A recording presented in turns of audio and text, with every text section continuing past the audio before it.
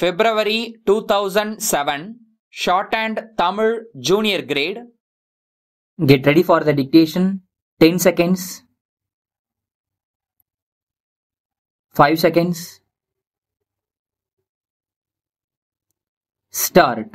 பேரன்பு மிக்க பெரியோர்களே, சமூக நல ஆர்வலர்கள் கருத்தரங்கில் கலந்து கொண்டு சிறப்புரை என்ற முறையில் அரசின் நடவடிக்கைகளை எடுத்துரைக்கும் அரிய வாய்ப்பினை பெற்றமைக்காக நான் பெருமகிழ்ச்சி அடைகின்றேன். பாமர மக்களையும் படிப்பறிவு இல்லாதவர்களையும் விழிப்படைய செய்வதில் உங்களுடைய பணி மகத்தானது என்பதில் ஐயமில்லை.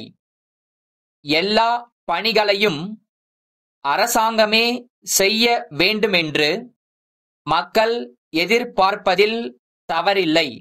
ஆனால் அது இயலாது என்பதை நீங்கள் அவர்களுக்கு புரிய வைக்க வேண்டுமென்று கேட்டுக்கொள்கின்றேன். அனைவருக்கும் கல்வி என்ற திட்டத்தின் கீழ் அரசு முதியோர் கல்வியில் அதிக அக்கறை காட்டி வருகின்றது. அரசு பணிகளிலிருந்து ஓய்வு பெற்றவர்களும் படித்துவிட்டு வேலைவாய்ப்பை எதிர்நோக்கி இருக்கும் இளைஞர்களும் முதியோர் கல்வியில் பெரும் பணியாற்ற முடியும். ஒவ்வொரு சிற்றூரிலும் ஒரு பொது இடத்தில் அல்லது ஒருவர் வீட்டில் கற்பிப்போருக்கும் கற்போருக்கும் வசதியான ஒரு குறிப்பிட்ட நேரத்தில் பாடம் நடத்தினால் சிறப்பாக இருக்கும். இப்பணியை பெருமையாகவும் பொறுப்புடனும் செய்தால் 100க்கு 100 வெற்றி என்பதில் ஐயமில்லை. ஆகவே பெண்கள் இதில் அதிகமாக ஆர்வம் காட்ட முன்வர வேண்டும். அப்படியானால் தாய்மார்களும் தயங்காமல் வந்து பங்கு பெறுவார்கள் என்பதை தெரிவித்துக் கொள்கிறேன். பள்ளியில் படிக்கின்ற மாணவர்கள் அனைவருக்கும் அரசின் சார்பில் சீருடை வழங்க முடியவில்லை. அரசு வழங்கியது போக மீதியுள்ளவர்களுக்கு சமூக நல ஆர்வலர்கள் தர்ம சிந்தனையுள்ள செல்வந்தர்களை அணுகி அவர்களுடைய உதவியினால் சீருடை வழங்க ஏற்பாடு செய்யலாம்.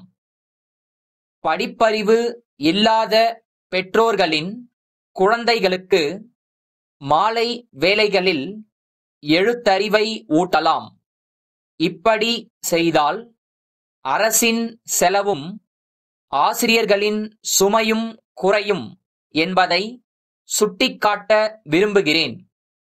அண்மையில் ஒரு கல்லூரி நிகழ்ச்சியில் கலந்து கொள்ளும் அரிய வாய்ப்பு எனக்கு கிடைத்தது. சமுதாயத் தொண்டில் ஈடுபாடு கொண்ட ஒரு பேராசிரியரின் முயற்சியினால் அக்கல்லூரி மாணவர்கள் அளித்த நிதியிலிருந்து அருகிலுள்ள ஊராட்சி ஒன்றிய பள்ளியின் 60 குழந்தைகளுக்கு சீருடை வழங்கப்பட்டதை பார்த்தேன். மாணவர்களிடையே இப்படிப்பட்ட சேவை மனப்பான்மை வளர எதிர்காலத்தில் நம்முடைய கல்வி முறையிலே உரிய மாற்றங்கள் கொண்டுவரப்படும் என்பதை தெரிவித்து என் உரையை முடித்துக் கொள்கிறேன். சென்னை பாரிமுனையில் உள்ள ராகவன் மின்னணு கருவிகள் நிலைய மேலாளருக்கு மதுரை தெற்கு தெருவில் இருக்கும் மதுரை வீரன் மின்னணு பொருள்கள் முகவரமைப்பு மேலாளர் எழுதும் கடிதம். அன்புடையீர், வணக்கம்.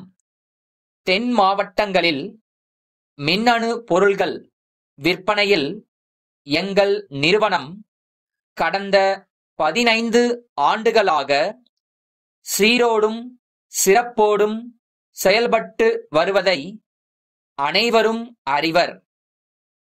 தொலைக்காட்சி பார்க்கும் வசதி, புகைப்படம் எடுக்கும் வசதி, செய்திகளை பதிவு செய்யும் வசதி போன்ற அதிநவீன தொழில்நுட்பங்களுடன் கூடிய தொலைபேசிகள் தங்களது நிறுவனத்தில் விற்பனை செய்யப்படுவதாக அறிகிறோம். அது பற்றி எங்கள் வாடிக்கையாளர்கள் விசாரித்த வண்ணம் உள்ளனர். ஆகையால் தாங்கள் அத்தகைய 10 தொலைபேசிகளையும் அவற்றிற்கான விலை பட்டியலையும் உடனே அனுப்பி வைக்கும்படி கேட்டுக்கொள்கின்றோம். இத்துடன் முன்பணமாக ரூபாய் 50,000ற்கான வரைவோலை ஒன்றை இணைத்துள்ளோம். தங்கள் நம்பிக்கையுள்ள